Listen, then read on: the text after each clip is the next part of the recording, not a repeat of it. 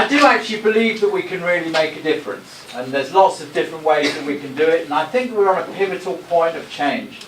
And perhaps I could spend a couple of minutes talking about the 100,000 Genome Project and talk about how it might impact positively on what we've been talking about, and perhaps finish by just saying how we might use it positively to help many families with rare diseases.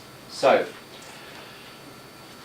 medicine has entered a change in its philosophy and its outlook. We are now not treating advanced disease where the obvious manifestations of a disease have occurred and the doctors go, ah yes, I know what's going on here.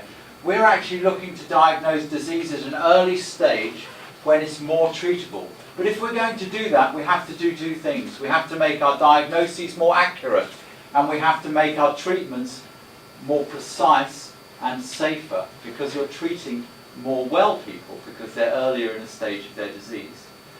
And I think the 100,000 Genome Project is the first step in the transition from traditional medicine into what we will see as modern medicine and the future of medicine.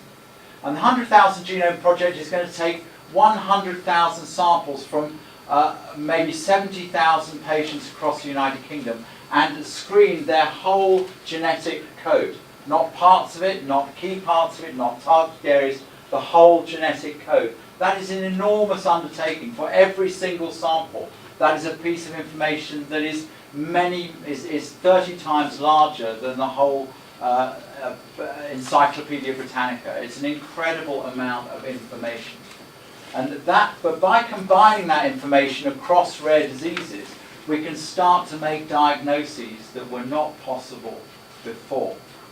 And I think that that's going to actually be quite transformational for patients, because patients with rare diseases will definitely get new diagnoses that were not possible before. And the pilot studies have already demonstrated that. There was a paper in Nature from the Developmental Delay Programme, which was kind of a national pilot in the UK.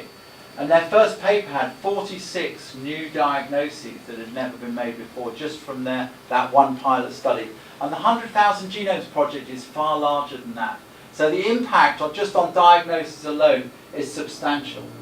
But as we understand the genetics of a disease, so we will be empowered to start thinking about the right targeted therapies. And yes, many of those therapies will be repurposed therapies and therapies that already exist. And there are fantastic examples of those that already exist. The one I like is Moody syndrome, which I think is a really interesting example where we're using an old-fashioned drug to treat young patients with diabetes that we didn't realise would work for them until we understood the disease.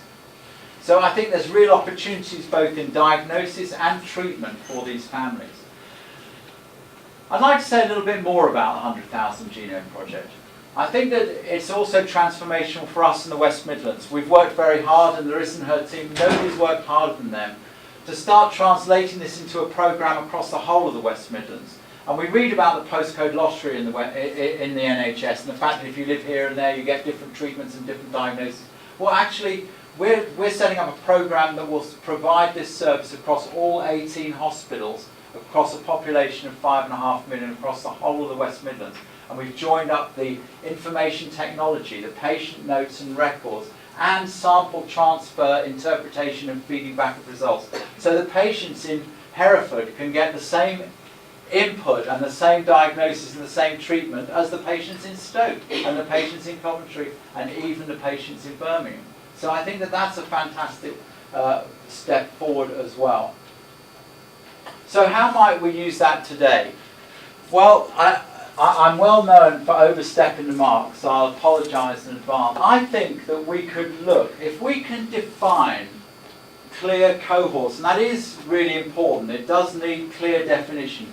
Cohorts of patients either with a cluster diagnosis that is yet uncertain, or patients who have a known diagnosis but do not have a genetic diagnosis because they don't have the common mutation or the common gene or the common cause of that. Those cohorts we can study, and we can really work hard to find a new diagnosis for those groups. And we could even have specific targeted days, Larissa, where we brought 50 families in and we screened the whole cohort in one day and actually tried to produce a diagnosis.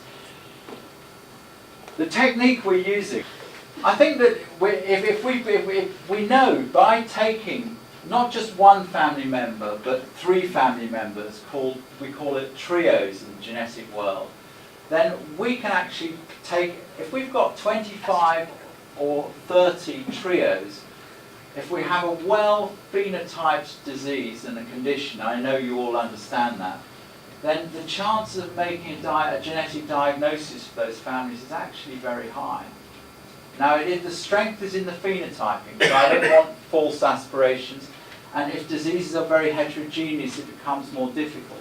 But if we can start to use your specialist organisations, your specialist knowledge, your specialist input, then we could actually have special days for specific conditions where we try to transform the diagnosis in those conditions. And I would like to thank you, Rick, for signing me out.